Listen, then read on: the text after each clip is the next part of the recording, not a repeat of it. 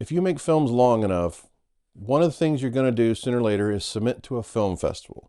And if you submit to film festivals, one of the things you're going to experience is rejection. I'm Peter John Ross, a filmmaker from Columbus, Ohio. Over 10 years ago, this guy started harassing me online and he never stopped fixating on me. I decided to turn it into a documentary. I've been working on Social Media Monster for the past few years. The series of events are unfolding in real time as I've filed criminal charges against the guy, a Civil Stalking Protection Order, and things are just getting crazier. These are just behind-the-scenes updates to let everybody know what's going on with the film. To some degree, every single filmmaker loves their own movie and wants it to get into every single film festival.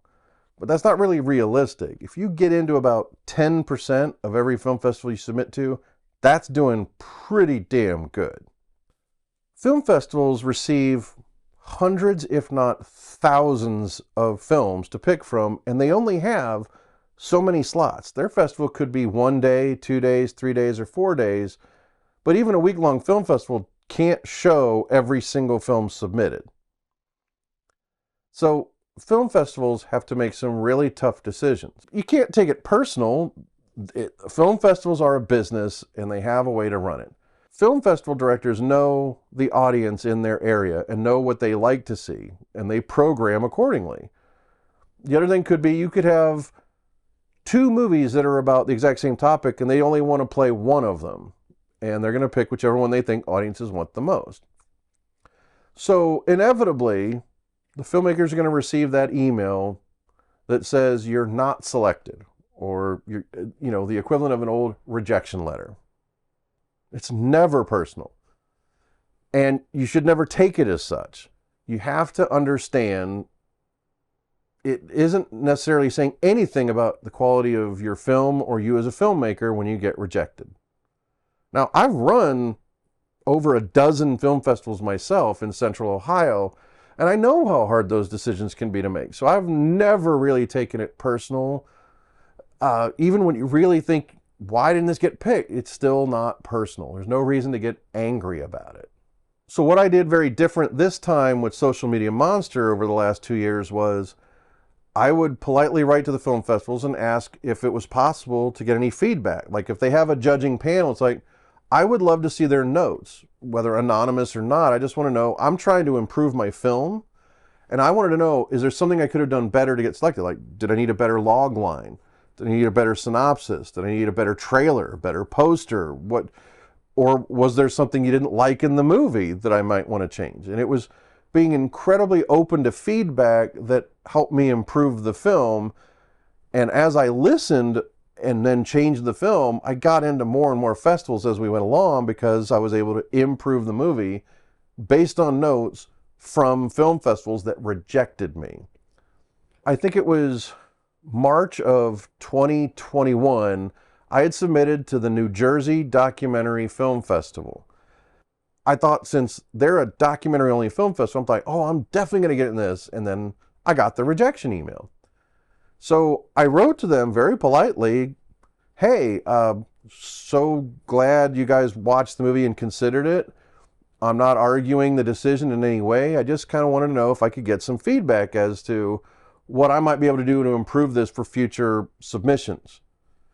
And like within an hour, I got an email back from the festival director. It's like, hey, thanks for this note. I just got done reading 7 Go F Yourself, You Loser, You Can't Believe You Didn't Pick My Movies. He goes, so your email was kind of a ray of sunshine. And so he wrote back also after we went back a little bit. He's like, yeah, listen, I loved your film. It's been in my mind for weeks after seeing it. And he started going into details about the film, about what he was thinking of. So he clearly did watch it. And then he said, look, it was between your movie and one other movie for the last slot. And it was a vote of 3-2. He goes, but I'll tell you what I'll do. Since you were so nice and you want all this feedback stuff, I'll tell you what, if you want to submit for next year, I'll waive the entry fee, which was huge. And I was like, wow, thanks. That was incredible. And then I kept, submitting to other festivals, re-editing the movie, and kept going all year. genius that I am, I forgot to submit again to his festival. And so come December, he emailed me. He was like, hey, are you going to submit or not? You only have a couple days left. And I was like, yes, I'm going to submit. I'm going to submit. And I was like, just so you know, I have really, really re-edited the movie since you saw it almost a year ago. So I promise you it's a better movie. He's like, okay, just send it. So I resubmitted. He waived the fee, which was so generous, and he didn't have to do that, but that was amazing.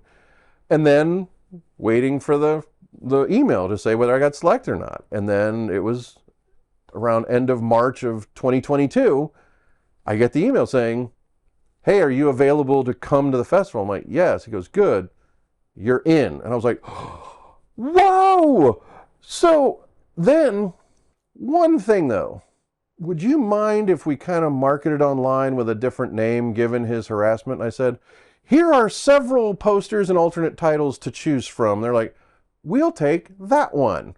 So, you know, for all their online marketing, it went by one of the different names, and they completely went under the radar, and Matthew never found it to harass him until months after the festival. When they had the festival, I actually went there to New Jersey to the festival. It was a sold-out crowd. It was their Saturday night, 8 p.m. slot. I was with my feature film documentary was paired with 2 short documentaries dealing with internet issues. So it was a fantastic screening.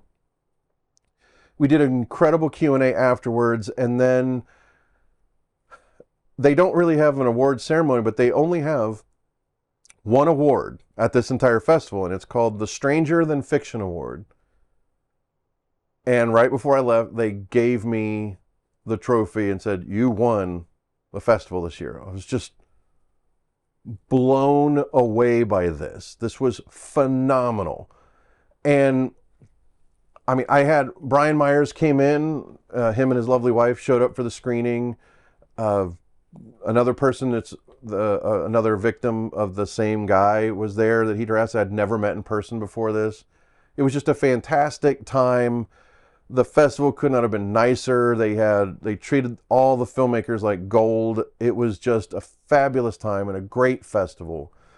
The lesson to be learned from this is, you know, everybody thinks their movie's great. Everybody wants to get into every festival, but handling rejection with some class, you can turn a rejection into a best of festival if you're open to criticism, understanding that sometimes your movie just doesn't fit at a festival, and you communicate well with the festival people.